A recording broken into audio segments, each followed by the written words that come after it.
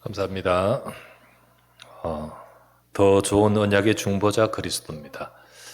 더 좋은 언약이란 뭘 말할까요?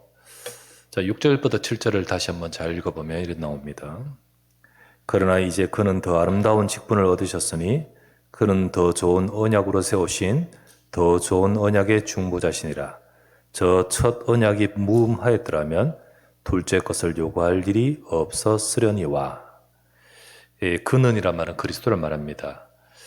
첫 언약보다 더 좋은 새 것을 주셨어요. 첫 언약은 뭘 말할까요? 바로 모세 율법에 따라서 짐승으로 드리는 피제사를 말합니다.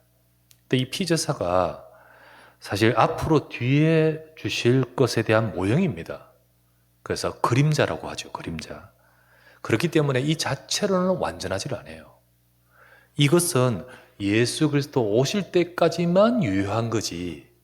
그죠? 예수 그리스도 그분이 중심이지 그 자체로는 완전하지 않죠. 그러니 더 좋은 언약이란 말은, 새로 주시는 더 좋은 언약이란 말은 뭘 말할까요? 복음을 말합니다. 복음을 말하고 그 더 좋은 언약의 중보자는 그리스도입니다. 그리스도를 통하여 이 더 좋은 언약이 우리에게 임했던 것입니다.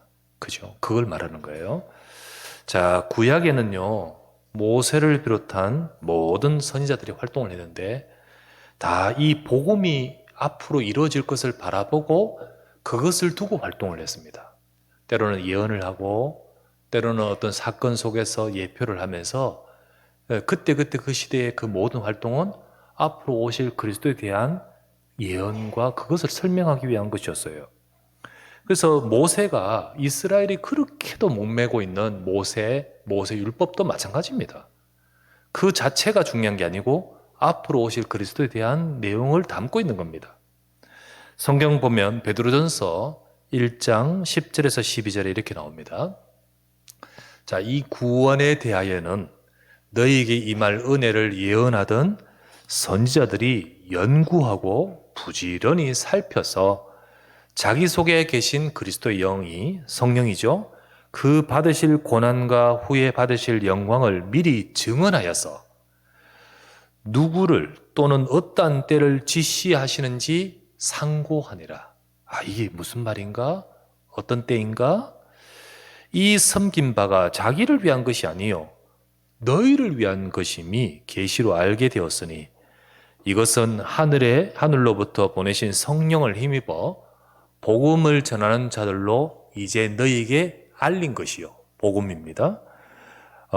천사들도 살펴보기를 원하는 것이니라.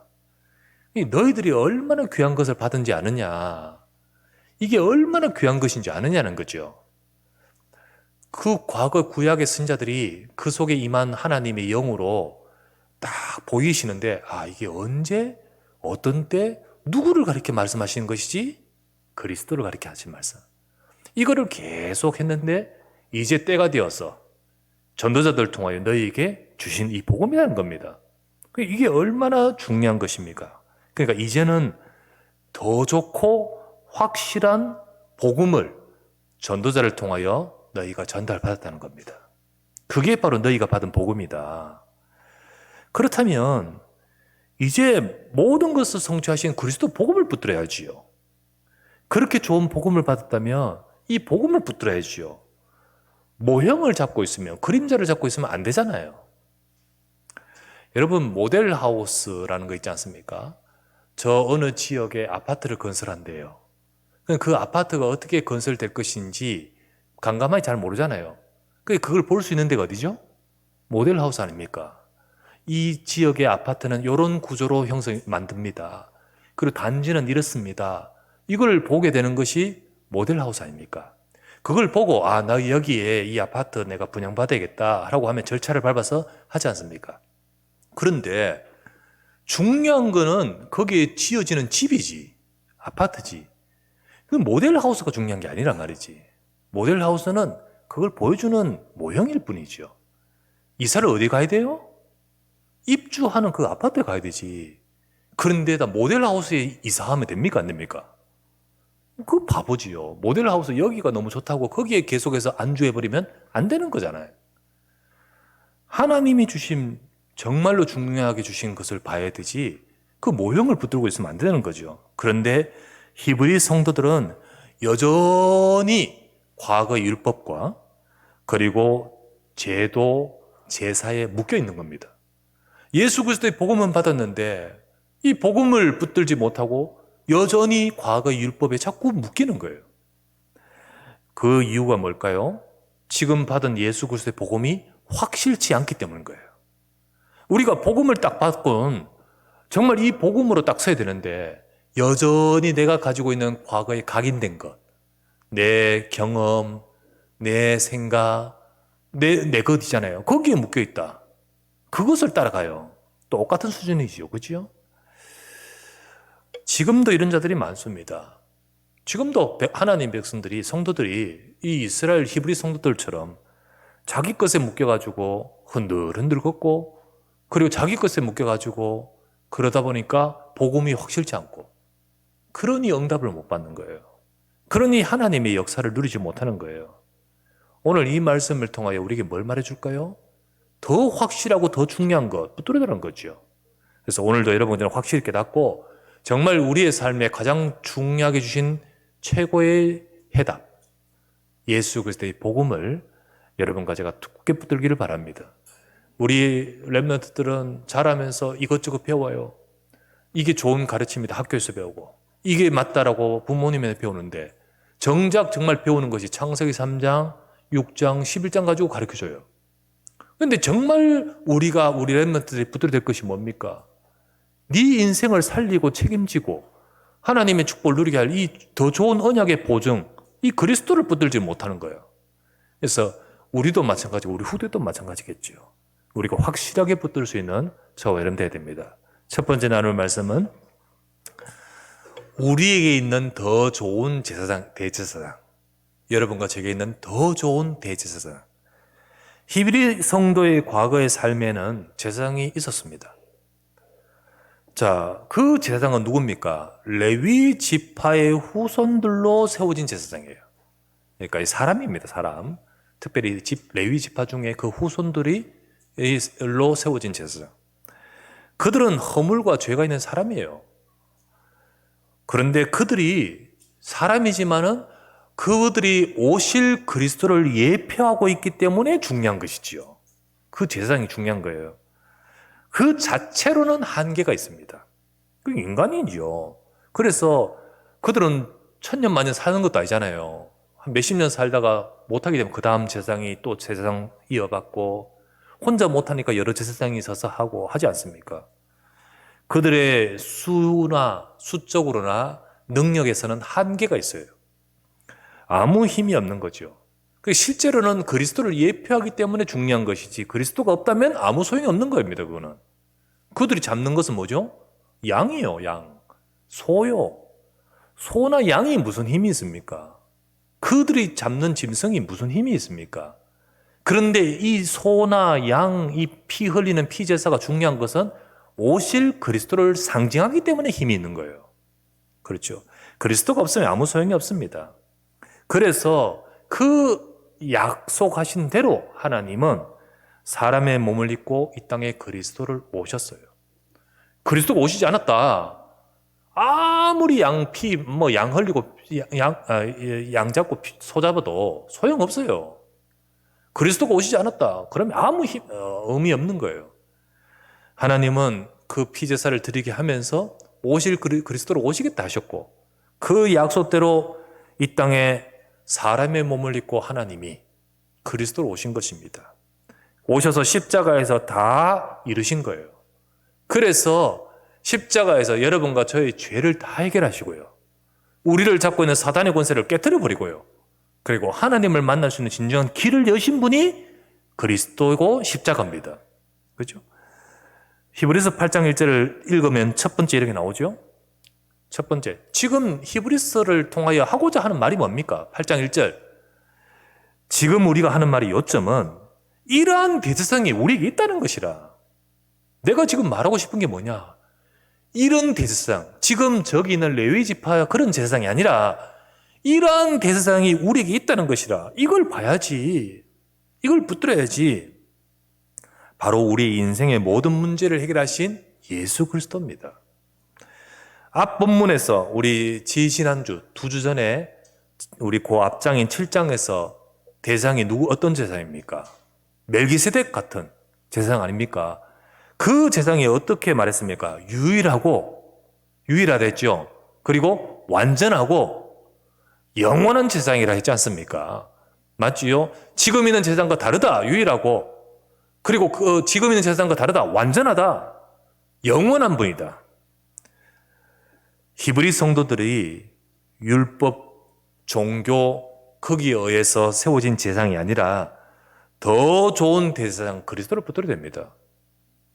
이 제사장이 우리에게 있다는 것이다. 이 제사장이 우리에게 왔다는 것이라. 이 제사장이 바로 우리의 모든 문제를 해결하신 그리스도라는 것이다. 이거를 너희들이 붙들어야 된다는 거죠. 깨달아야 되는 거예요. 여러분, 우리도 마찬가지입니다. 히브리인들은 과거 율법과 이런 것에 묶여 있지만 우리는 우리 지식, 우리의 경험, 우리의 상처, 우리 자신들이 갖고 있는 우리의 전통, 그렇죠? 우리가 갖고 있는 미신, 우리가 경험한 종교, 이런 것에 묶여 있다는 거지요. 더 좋은 대상이 계신다는 거예요. 그게 누굽니까? 그리스도입니다. 우리는 이 그리스도를 붙들어야 되는 거예요. 그리스도께서 다 해결하신 거예요. 그리스도께서 다 해결하신 이 언약을 잡아야 되는 거예요. 그런데 그것을 잡지 못하고 복음이 확실치 못하니까 자꾸 레위 지파의 그 양 잡고 소 잡는 그 제사장으로 가듯이 자꾸 우리도 우리의 과거, 우리가 가지고 있는 것으로 돌아간다는 거예요. 아닙니다. 우리에게 있는 내가 확실하게 말하는 진정한 요점은 뭐냐? 너희에게 이 모든 것으로 이루신 완전한 대상이 계신다는 겁니다. 우리는 예수께서 그리스도로서 저와 여러분 모든 문제를 해결하신 줄 믿습니다. 이 언약을 잡아야 되지요. 이것이 바로 우리에게 있는 더 좋은 대상. 진짜 어떤 것하고도 비교할 수 없는 더 확실한 해답. 우리에게 주신 언약이지요. 두 번째, 우리에게 더 좋은 것이 있습니다. 두 번째 뭡니까? 우리 속에 심어놓으신 더 좋은 언약. 우리에게 있는 더 좋은 대제사장. 두 번째는 우리 속에 심어놓으신 더 좋은 언약. 자, 언약이라고 했는데 아까 여기 보면 우리가 본문을 읽으면 첫 언약이 나오고 또 다시 주시는 더 좋은 언약 이렇게 나오죠. 첫 언약이라고 말하는 것은 구약 율법을 말합니다. 구약을 말해요. 자, 9절에 보면 이렇게 나옵니다. 주께서 이르시되 이 언약은 첫 언약입니다. 내가 그들의 열조의 손을 잡고 애굽 땅에서 인도하여 내던 날에 그들과 맺은 언약과 같지 아니하도다. 그들은 내 언약에 머물러 있지 아니하므로 내가 그들을 돌보지 아니하였느니라. 9절에 나오죠. 이 첫 언약은 출애굽 때 광야에서 모세를 통해 주신 언약입니다. 그 호렙산에서 십계명을 주시지 않습니까? 그러면서 계속해서 성막을 만들고 피제사의 그 약속을 주시지 않습니까? 그때 주신 언약이에요. 근데 그 언약을 주신 이유가 뭐냐? 이거를 지키면서 앞으로 오실 그리스도를 바라보는 것이에요. 그게 목적이에요. 그러나 이 율법의 언약은 한계점이 있습니다. 무슨 한계점이 있냐면 그 자체는 짐승이지 않습니까? 그 자체는요 사람입니다. 제사장은 사람이고 제물은 짐승이고 그 자체의 성막은요 지금 이 땅에 있는 모형입니다. 모형이에요. 지금 성막이 있어도 이거 천막으로 만드는 모형인 겁니다. 그리고 그 자체에 하는 모든 것들은 행위입니다. 행위. 그들이 지키는 행위라는 거예요. 그러다 보니까 그 속에 담고 있는 본질적인 언약을 놓치기 쉽다는 것이 한계점이에요. 사람이지만은 이 사람을 보지 말고 오실 그리스도를 바라봐야 되고요. 짐승이지만은 이 짐승을 바라보지 말고 오실 그리스도, 십자가 죽으실 그리스도를 바라봐야 되고요. 성막이지만 이 성막이 아니라 하늘 영원한 보좌를 바라봐야 되고요. 그죠? 지금 지키고 있지만 이 지키는 게 아니다. 주님이 이루시는 것을 믿는 거예요. 근데 그렇게 본질적인 것을 놓쳐버린 채 방금 말했다시피 눈에 보이는 것만, 지키는 것만, 있는 그 자체의 것만 너에 묶이기 쉽은 거죠. 그게 율법의 한계인 거예요. 이스라엘 백성들에게는 이 첫 언약이 주어졌지만은 바로 자꾸 실패하는 이유가 뭐냐? 진짜 잡아야 될 본질을 놓쳐버리고 지금 눈에 보이는 것, 지키는 것, 그것만 묶여버리는 것이 실패의 요인이었습니다. 히브리인들은, 그러니까 유대인들은 그 삶 속에서 얼마나 율법이 철저한지 몰라요. 여러분, 우리는 뭐 안 하지만요, 부모들이 자식한테요 율법 달달 외우게 만들고요, 들어가고 나가고 하면서 읽고 들어가고, 딱 어떤 날 무슨 절기 되면요 철저하게 지키면서 후대들한테 이거를 전수합니다. 외우게 하고 지키게 하고 전달하는 거예요. 얼마나 철저하게 하는지를 몰라요. 그런데 하나님은 이렇게 말했습니다. 다시 읽어보면, 9절에 다시 보면 이렇게 말했어요. 9절에 주께서 이 언약은 내가 그들의 열조의 산을 잡고 애굽 땅에 인도하던 날에 그들과 맺은 언약인데 그들은 내 언약에 머물지 않았다. 아니, 그렇게 철저하게 외우고 지키고 있는데 그들은 내 언약에 머물지 않았다. 하나님은 지금 그것을 주신 것은 이 율법 철저히 지키라는 것이 아니고 율법을 통하여 하나님이 주시는 그리스도를 바라보라는 거예요. 근데 그 언약 속에 머물지 않고 소위 말하면 자기들의 율법과 종교에만 머물고 있는 거지요. 그러니까 하나님은 말씀합니다. 그들은 내 언약에 머물지 아니했다. 그렇게 철저하게 하는데 실제로는 진짜 핵심을 놓쳐버린 거죠. 진짜 언약의 본질을 놓쳐버린 거죠. 그래서 하나님은 뭐라 합니까? 이제 하나님은 새 언약을 주시는데 그 첫 언약이 아니라 새 언약을 주시는데 바로 앞으로 진짜 바라보고 오실 것이라고 하신 그 복음을 말합니다.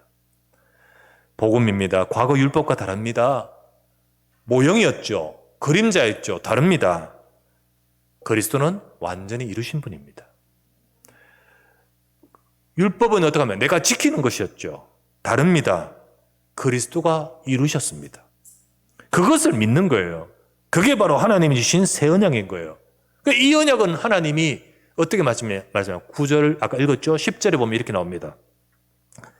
주께서 이르시되 그날 후에 내가 이스라엘 집과 맺을 언약은, 새 언약은 이것이니 내 법을 그들의 생각에 두고 그들의 마음에 이것을 기록하리라.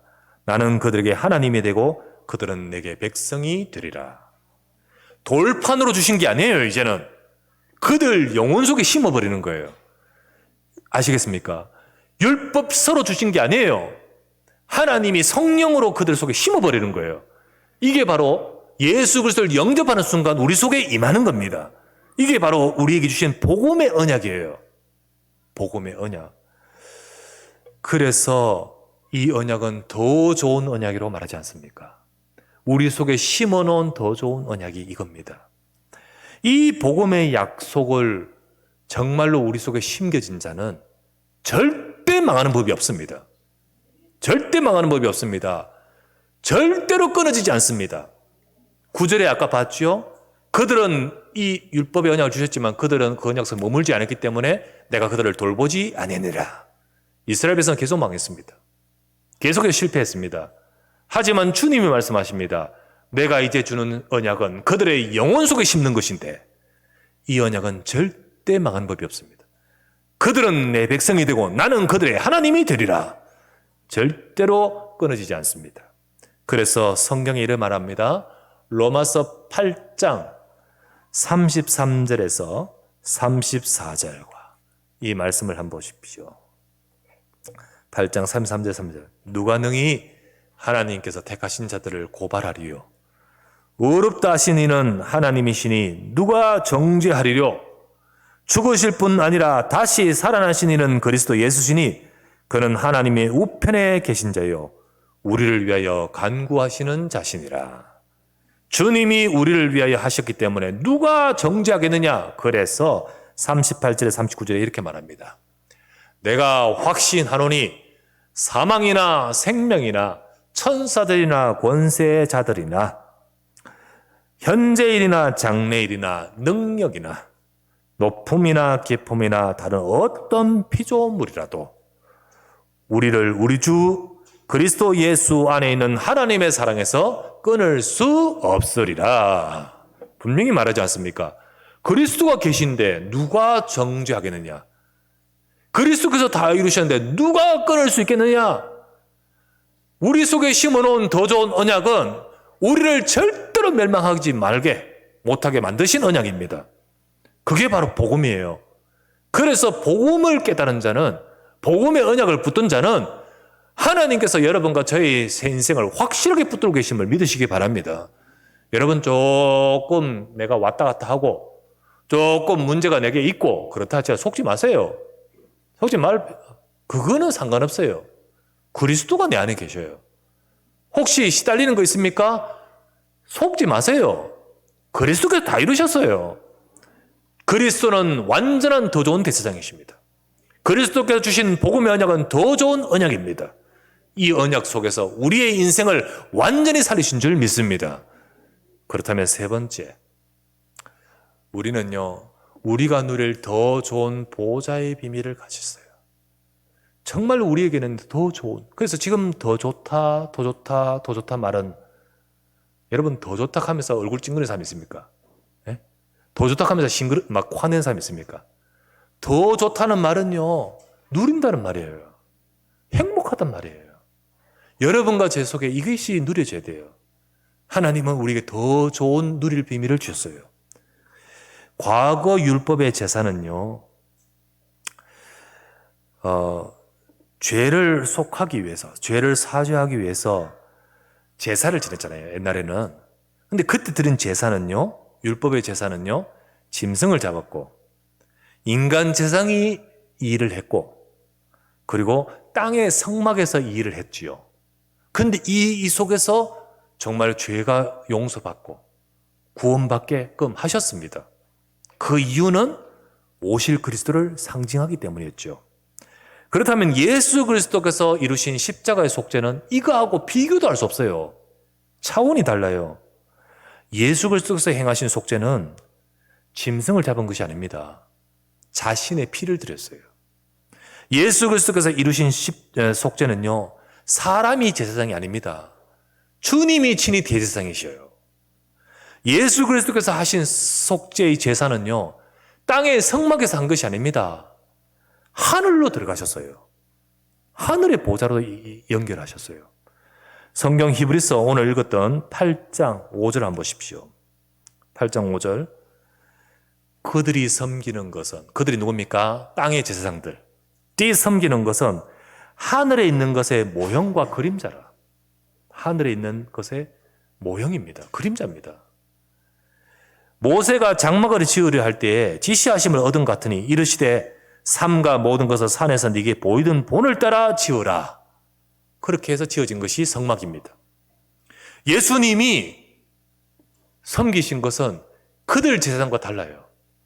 그들 제사장들, 곧 이 땅의 제사장은 어떻게 섬겼냐면 백성들의 죄를 속죄하기 위해서 짐승의 피를 흘리고 잡지요.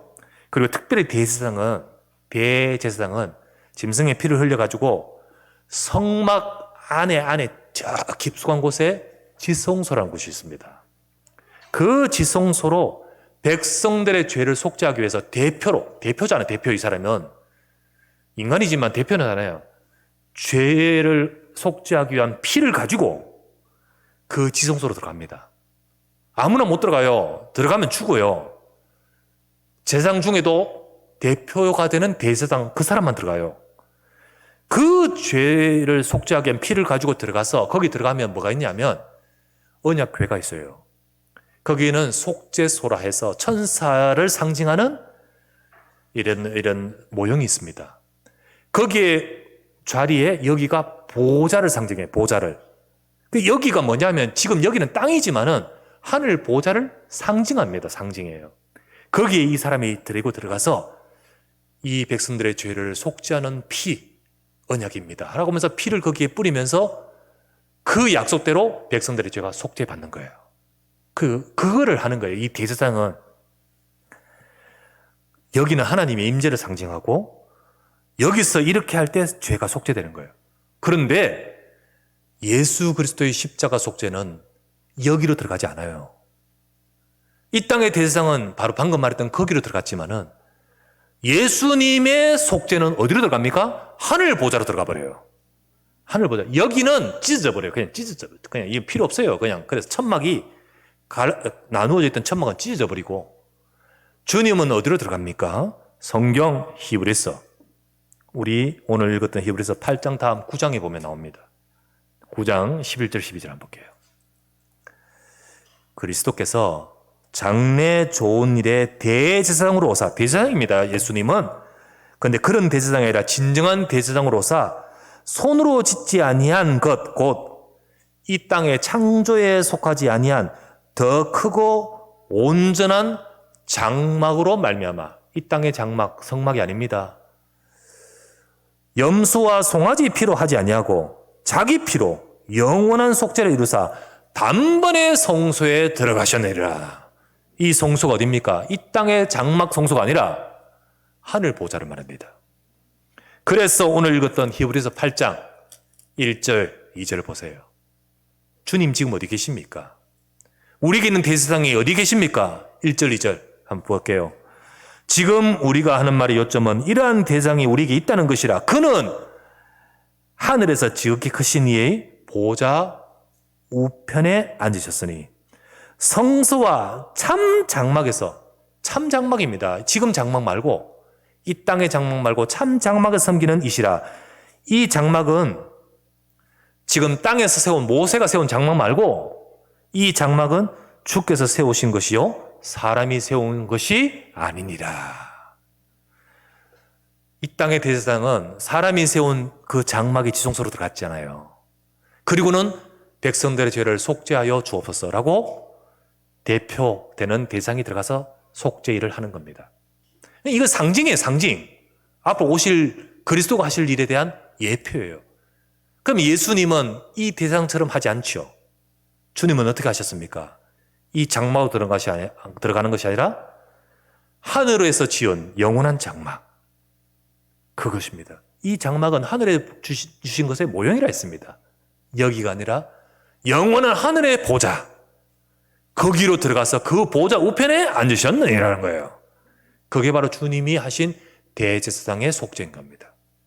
바로 거기서 저와 여러분과 우리 인생의 모든 죄, 과거, 현재, 미래의 모든 죄, 이 세상의 모든 사람의 죄까지 넉넉히 사할 수 있는 완전한 속죄를 이룬 줄 믿습니다.